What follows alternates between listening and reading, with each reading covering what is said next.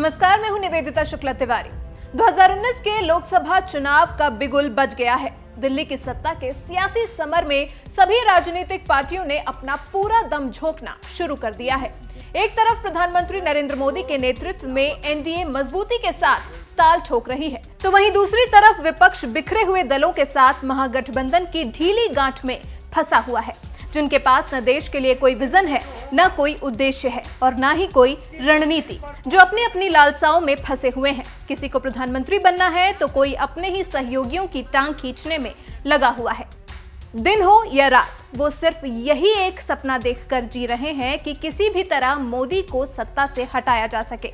आतंक के खिलाफ पीएम की कठोर नीति और पाकिस्तान में घुसकर आतंकी ठिकानों को तबाह करके मोदी ने जो 56 इंच का सीना दिखाया, उससे हर भारतीय का सीना भी चौड़ा हो गया है, जिसके बाद पीएम मोदी की लोकप्रियता में जबरदस्त उछाल हुआ है।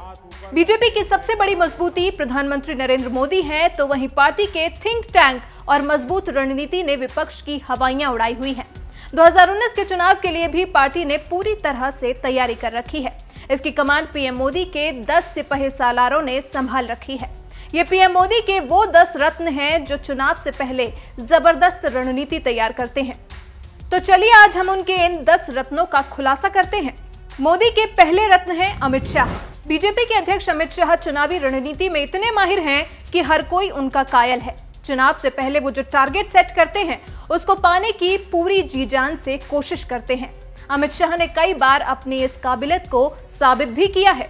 यह अमित शाह की रणनीति का ही कमाल था कि यूपी विधानसभा चुनाव में एसपी बीएसपी जैसे धुरंधर दलों को पछाड़कर बीजेपी ने क्लीन स्वीप कर दिया। यही वजह है कि अमित शाह को मोदी का हनुमान भी कहा जाता है। पर्दे के पीछे रहकर अमित शाह कमाल की रणनीति तैयार करते हैं। मोदी के रत्नों में दूसरा नाम आता है भूपेंद्र यादव का। बीजेपी महासचिव भूपेंद्र यादव मोदी के बेहद करीबी हैं। उनकी सबसे खास बात यह है कि वो चाहे रैली में नजर आए या ना आए, लेकिन वॉर रूम के भीतर बैठकर चुनावी महासमर में विपक्ष को मात देते हैं।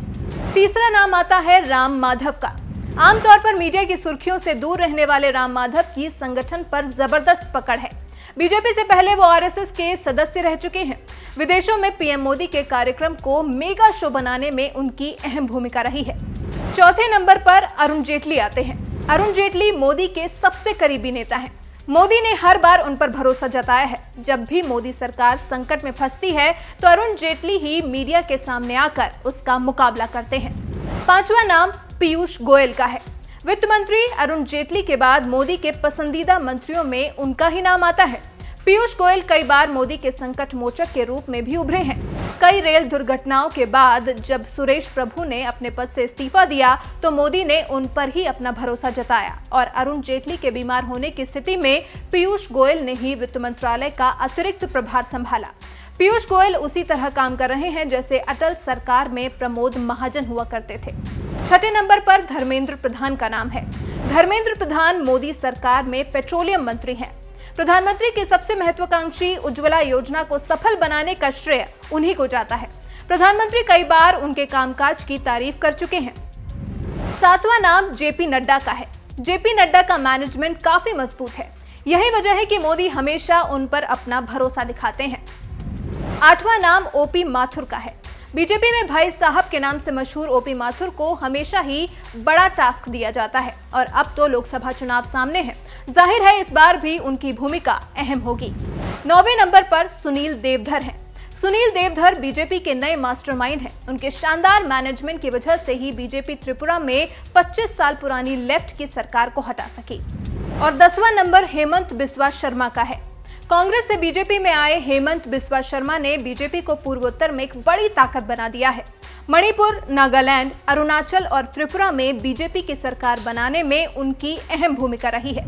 जाहिर है मोदी की ये वो 10 रत्न हैं जो हर चुनाव में स्तंभ की तरह विरोधियों के सामने खड़े हो जाते हैं। इस जानदार टीम ने हर बार अपने आप को साबित किया है।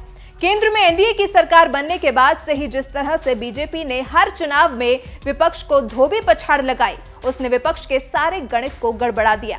मध्य प्रदेश, राजस्थान में भले ही बीजेपी के हाथ से सत्ता चली गई, लेकिन बीजेपी ने इन राज्यों में कड़ी टक्कर दी। मध्य प्रदेश में तो बीजेपी के खाते में कांग्रेस से ज्यादा वोट पड़े थे, यानी विपक्ष चाहे जितनी घेराबंदी करने की कोशिश करे, लेकिन बीजेपी के आसपास तक नहीं ठहरता। विपक्षी दल एक कदम चलते हैं तो मोदी अपने 10 का दम दिखाकर कई कदम आगे बढ़ जाते हैं, जिसकी वजह से पूरे देश में आज मोदी से ज्यादा लोकप्रिय नेता कोई नहीं है।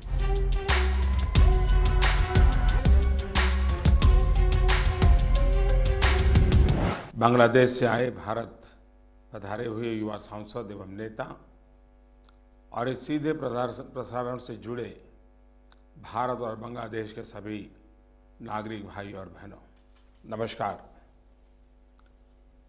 आशा करी के बांग्लादेशे शोभे भालो आछे।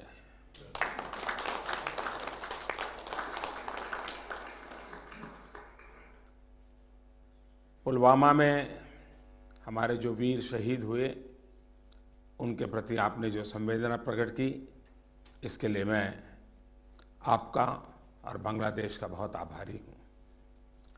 सबसे पहले तो मैं आम चुनाव के सफल संचालन के लिए बांग्लादेश की जनता का अभिनंदन करता हूँ। साथ ही बहुत बड़े जनादेश के साथ प्रधानमंत्री शेख हसीना जी के ऐतिहासिक विजय के लिए उन्हें हार्दिक बधाई भी देता हूँ। मुझे खुशी है कि आज बांग्लादेश से कुछ युवा सांसद भी यहाँ मौजूद है। फ्रेंड्स, प्रधानमंत्री शेख हसीना जी के साथ, जैसे उन्होंने भी उल्लेख किया, मेरी ये 6ठी वीडियो कॉन्फ्रेंस है। इतनी सरलता से इतनी बार किन्हीं दो देशों के नेतृत्व के बीच में संपर्क होना अपने आप में दर्शाता है कि दोनों देशों के बीच संबंध कितने गहरे और मजबूत है। और ये वीडियो कॉन्फ्रेंस एक बहुत विशेष समय पर हो रही है। इस महीने 17 मार्च से बांग्लादेश में बंगबंधु के जन्म शताब्दी समारोह का शुभारंभ होने जा रहा है और फिर 26 मार्च को बांग्लादेश की आज़ादी की 48वीं वर्षगांठ भी मनाई जाएगी। और इन दोनों तारीखों के बीच दोनों देशों में करोड़ों लोग होली का पवित्र त्योहार भी मनाएंगे।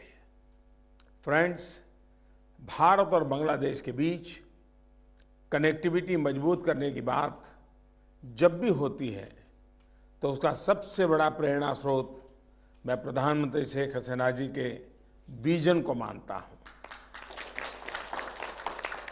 और इसलिए मुझे बहुत प्रसन्नता है कि आज हमने न सिर्फ ट्रांसपोर्ट बल्कि साथ ही नॉलेज में भी कनेक्टिविटी बढ़ाने के कदम उठाए हैं।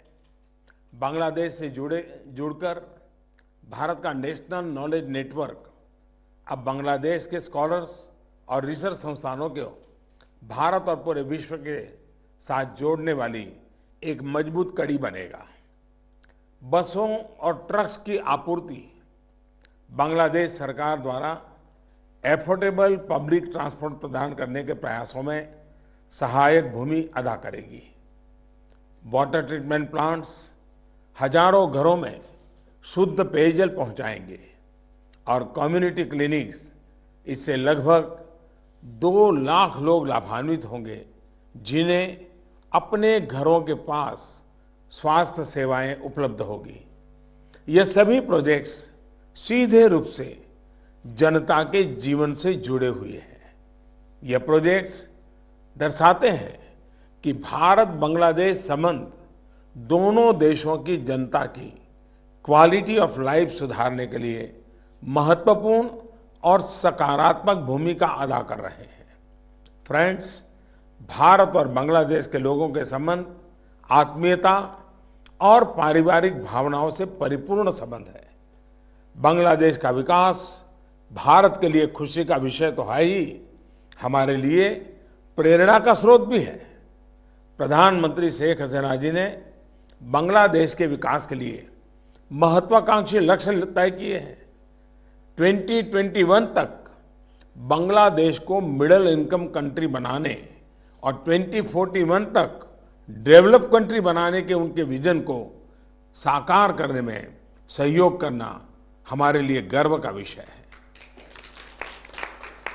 एक्सेलेंसी, साथ मिलकर पिछले 5 वर्षों में भारत बांग्लादेश संबंधों के सोनाली अध्याय के लिए काम करने को मैं अपना बहुत बड़ा सौभाग्य मानता हूं। और मुझे पूरा विश्वास है कि पिछले 5 वर्ष हमारे लिए जितने गौरवशाली रहे हैं, आगामी 5 वर्षों में हमारे द्विपक्षीय संबंध उससे भी अधिक ऊंचाई हासिल करेंगे। ये मेरा विश्वास भी है और प्रतिबद्धता भी।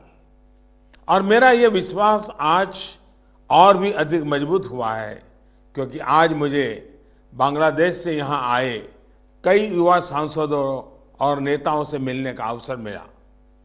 उनकी प्रतिभा और कर्मठता में मैं भारत बांग्लादेश संबंधों का उज्जवल भविष्य देखता हूं। भारत बांग्लादेश बंधुत्व चिरंजीवी हो। धन्यवाद।